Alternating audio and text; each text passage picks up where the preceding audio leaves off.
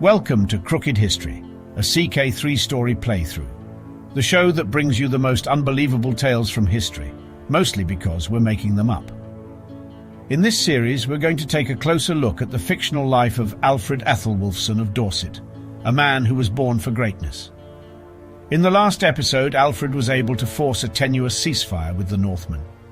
The year 878 was a quiet one for Alfred. It was a pleasant fall, and Alfred was home in Dorset. As much as Alfred would have preferred to live the rest of his days in peace, surrounded by his children and their children, he knew all too well that the world would not allow him that peace. While he had the opportunity, Alfred set about reorganizing his army and training levies for the future unavoidable conflicts, refusing to leave fellow countrymen under the yoke of the Norsemen. Alfred declared war on Jarl Freke Sigfridsson of Jorvik, the grandson of Halfdan. He would be joined by Burgred of Mercia. Alba was busy fighting to the north. He also received financial aid from the church to help fund the war. As the Bishop of Winchester, I am writing this letter to give the Church's blessing to King Alfred's campaign against the Norse scourge. For too long these heathens have ravaged our lands and destroyed our homes, causing unimaginable suffering to our people. They have shown no mercy in their relentless onslaught, and it is clear that they do not value the sanctity of human life. We have prayed for peace and for the conversion of these pagans for many years, but they have continued on their path of destruction, showing utter contempt for the people of Wessex and for the Christian faith. Now King Alfred has taken action to defend our kingdom and our people against the Norse scourge. He has assembled a powerful army in defence of all that we hold dear, and in doing so he has earned the support and blessing of the Church. We understand that war is never an easy option, but in this case it is necessary to ensure the safety and security of our citizens. We must do everything in our power and with the grace of God to bring about a swift and decisive victory over these ruthless aggressors. Therefore, we call upon all faithful Christians of Wessex to support our king and his army in their righteous endeavour. Let us pray for victory, and let us work together to rebuild our kingdom, stronger and safer than ever before. May the Lord bless all our efforts and protect our people during this time of challenge and strife. Yours in faith, the Bishop of Winchester. Once again, Alfred would lead the army. On the 16th of June, Alfred and Burgred surrounded the Jorvik army at the Battle of Cambridgeshire. It was a slaughter. There wasn't a single Norse survivor. The successful siege at Cambridgeshire was a reminder to the English people that Alfred was not about to abandon them. Mercia met the remaining Jorvik army on the fields of Essex, overwhelming them in an incredible one-sided battle. Alfred took time away from leading the army to celebrate his eldest daughter's marriage to Domnall Eilpin of Alba, the marriage that secured Alba's support in the war against Haystein. The celebration gave the kings, Alfred and Cosentine of Alba, a moment to enjoy each other's company somewhere other than a battlefield. It was a joyous occasion. Dear Bleja, I hope this letter finds you well. I write to you on the eve of my marriage to Domnall Eilpin, and I must admit that I am nervous yet proud of my duty to our kingdom. As you know, this marriage was arranged to create a strong alliance with Alba. I have never met Domnall, but I accept my duty to our people, knowing that this marriage may have saved our father's life and will further strengthen our kingdom. It's a strange feeling to marry a man I've never met, but I trust that he is a good man, and that together we will serve Alba and our kingdom with loyalty and honour. I know that we will be living apart, but I will always cherish the memories we shared together, my dear sister. You are my family, and nothing will ever change that. I look forward to the prosperity and strength that this marriage will bring to our kingdom, and pray that you and father are well. Love always, Violet.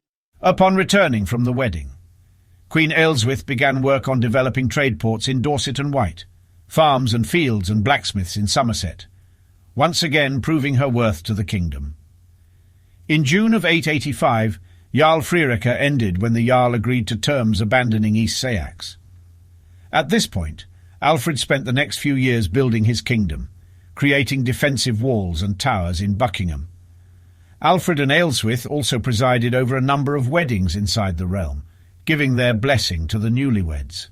These were probably the happiest years of their lives. but Alfred still had his eye on settling old scores.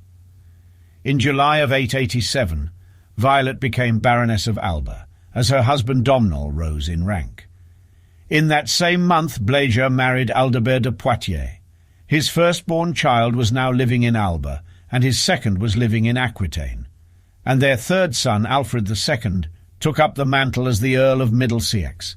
Alfred and Aelswith felt the loss.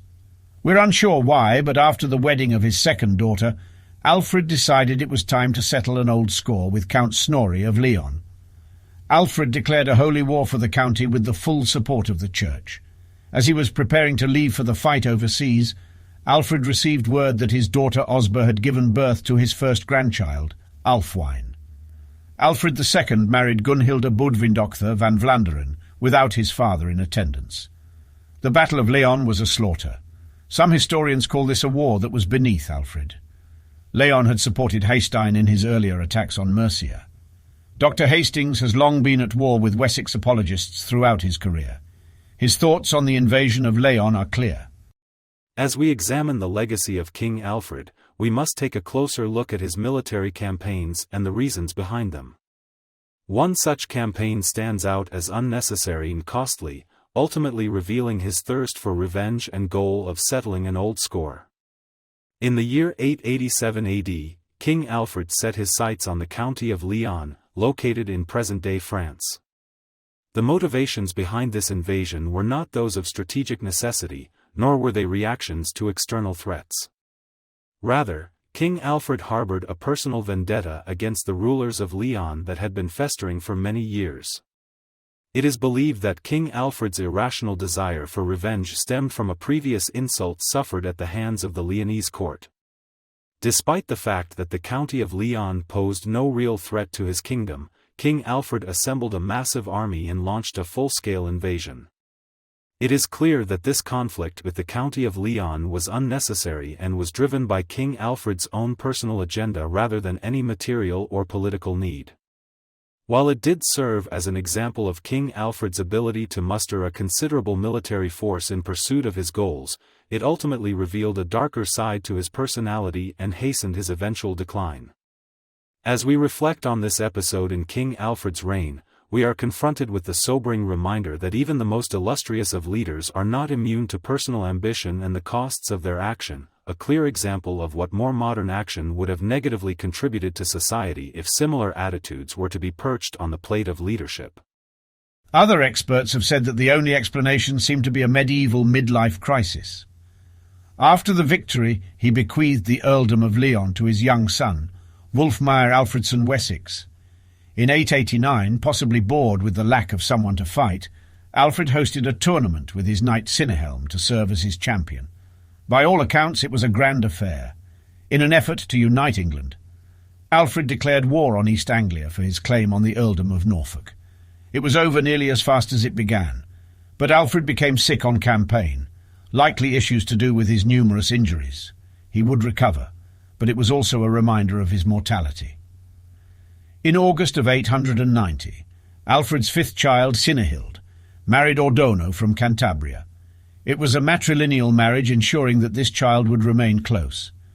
After the wedding, Alfred set his sights on bringing Wessex back together. He declared war on Jarl Frierica for Cambridgeshire, a move that would restore his brother's vision. At the insistence of his queen, Alfred would not lead this campaign. The campaign was successful. Jarl Frierica was taken prisoner, expecting the same fate as his father. Frierica was stunned when Alfred was willing to let him go as long as he relinquished all claims on Wessex land. From 892 until 895, Alfred focused on expansion, both for the kingdom and the family. He and Aelswith celebrated the birth of numerous grandchildren and marriages. In 895, his daughter Edba married King Rewallan of Brittany, solidifying another alliance for Wessex. On the 21st of April, by order of the Church, Alfred of Wessex was a petty king no more. He was now King Alfred of Wessex. Plagued by years of war, petty King Burgred of Mercia asked to become a vassal. Alfred could not deny his old friend's request. Duke Burgred died just a few short months later. Alfred was happy to see his niece Egwin take his seat. In next week's episode of A Crooked History Wessex edition. We continue our journey through the fascinating and often twisted world of alternative history.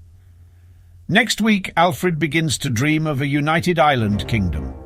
The seeds of the Kingdom of England are born. Until then, goodbye.